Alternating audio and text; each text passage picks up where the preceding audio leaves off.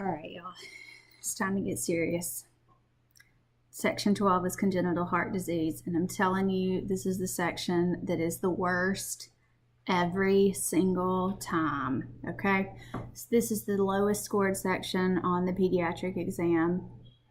Whether it's the shelf exam, whether it's the board exam, whether this is a hard subject matter, okay? I recognize that there's a lot of things to know, but try to plow through it and get a thorough review. It really is high yield if you can just get some of the big concepts down. This is an area of weakness, and we need to work to strengthen that and improve it. You're going to deal with the heart if you're an orthopedic surgeon, or if you're a pediatrician, or if you're a cardiologist. All of us are going to need to know about the heart. So let's all really try to brush up on this and bring those scores up in this section. So evaluation of a heart murmur in infancy or in childhood. So in a newborn, a murmur can be normal. We talked about that earlier. Those flow murmurs that you hear, just the water running through the pipes, doesn't mean there's a hole or a problem. It can be normal. There's a lot of things that are changing physiologically, holes that are closing, shunts that are closing. There's a lot of things that are changing. But we still need to work that up because congenital heart disease can be very serious, of course. And so we want to get fore extremity blood pressures, and we want to get pre and post ductal sats. Now, if you get a pre and post ductal sat before the ductus is closed, is that useful?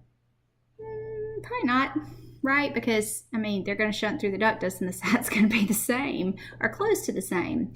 But if you get it right before discharge from the hospital and that ductus is closed or mostly closed, then if there is a congenital heart disease, a severe defect, then you're probably going to pick it up on the screening, which is really nice.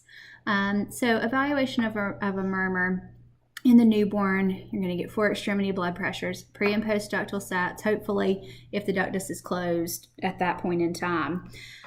You can also get a blood gas, particularly if the baby's oxygen saturation is low, and you can try putting them on 100% oxygen therapy to see how that responds. If they've got a mixing lesion, sometimes putting them on 100% oxygen therapy will help improve their O2 sat. If they've got a lesion that's not mixing, but where things are misconnected, sometimes it won't improve their oxygen saturation. That can help you kind of narrow down what's going on if you get a gas after putting them on 100% O2. A murmur in childhood. So the most common murmur you're going to hear in childhood is going to be a Stills murmur. That's going to be that vibratory musical murmur that you hear that's just a little vibration in the carotids, or just a little innocent flow murmur that doesn't really mean anything. The student I had today, and I heard one, was a kid. He was standing like this and put the stethoscope on his chest, and ta-da, he had a Stills murmur, right? Because he was all cramped up, all of his vessels in his neck. And he created a nice little murmur for my students here. It was quite nice. But anything other than that, if you're hearing a new murmur in a child, you really need to listen to them in multiple positions. So sitting, lying down, sometimes in a Valsalva position or squatting. You need to make sure you're checking their femoral pulses, pre and post ductal sats, blood pressures as well. In kids that are real anemic, sometimes we'll hear flow murmurs. So if I suspect that that's the cause, I'll get a CBC. If their hemoglobin's significantly low, 8 or 9, I'll say, gosh, it's probably due to the anemia. Let's get you on an iron supplement and recheck, particularly if they're hemodynamically stable otherwise. If it's a murmur that I'm hearing for the first time at 1 month of life, think about what that may be. First time heard, 1 month of life. Pause it. Remember that pulmonary vascular resistance is dropping. So you're going to see increased shunting from the left side of the heart to the right side of the heart. That right-sided pressure is going down, that left-sided pressure is going up. So you're going to see increased shunting left to right across a VSD or an ASD. So that's when those type murmurs are going to show up. You're going to really start to see those or hear those VSDs and ASDs at that 1 month visit. So new murmur at the 1 month visit, they're going to get an echo to look for those VSDs and ASDs. Murmurs in athletes, yeah, They need an echo.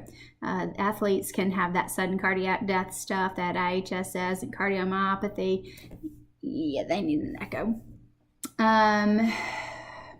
Otherwise, murmurs in childhood, it really depends on what you hear and positionally what it sounds like for what you would do.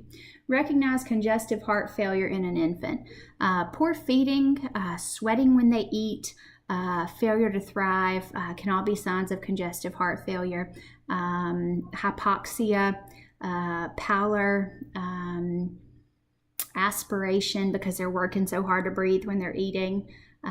So being aware that poor feeding and poor weight gain can be a sign of congestive heart failure. They also kind of pant and head bob when they breathe, which is, they're not in a rock band. They shouldn't be head banging. So that's not normal. So being aware that that can be a sign of congestive heart failure is really important. Understand the pathophysiology of VSDs and ASDs. Yes. So ASDs in particular, the PFO, right? Patent foramen ovale. That flap is supposed to close as those left-sided pressures increase. If it doesn't, you're going to end up with a PFO. Also, if that membrane doesn't fully come together in the formation of the heart, you're going to end up with an ASD. Similarly, in the ventricle, if the membrane doesn't fully close, you're going to end up with a VSD. Go back and review the embryology of the heart. That will help you know the pathophysiology. Management of CHF in an infant. Well, you need to know what their heart disease is, right? Diuresis, appropriate fluid management, corrective procedure for the CHF. Understand the role of the ductus. You better know where the ductus is. You better know what it shunts, where it is, why it's important, and what happens if it doesn't close when it's supposed to, okay? Role of the ductus arteriosus, manifestations of a PDA. What does the murmur sound like? I know you know. Continuous machine-like murmur. Continuous machine-like murmur. Okay? Understand why the ductus is important. Understand why it's important in congenital heart disease, right? So if you have a hypoplastic left heart, keeping that ductus open is really important. We're going to give those prostaglandins to keep it open. Do you remember what we give to close the ductus if we don't need it anymore? Indomethacin.